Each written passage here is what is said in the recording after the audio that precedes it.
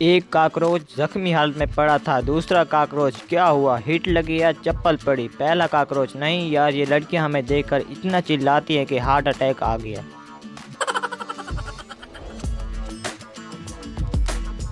बीवी तुम मुझे ऐसी दो बातें बोलो कि एक से मैं खुश हो जाऊं और दूसरी से मुझे गुस्सा आ जाए। शौहर तुम मेरी ज़िंदगी हो दूसरी, और लानत है ऐसी ज़िंदगी पर।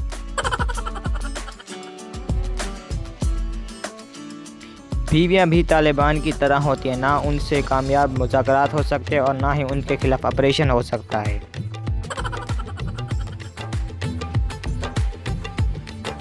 तीन आदमी आपस में बैठे अपने अपने दुखों की दास्तान सुना रहे थे। पहला, मैं 3 साल से अफ्रीका के जंगलों में रह रहा हूँ। दूसरा, मैं 5 साल से अरब के सहराओं में रह रहा हूँ। तीसरा, बहुत ही दुखी अंदाज में, मैं 20 साल से अपनी बीवी के साथ रह रहा हूँ।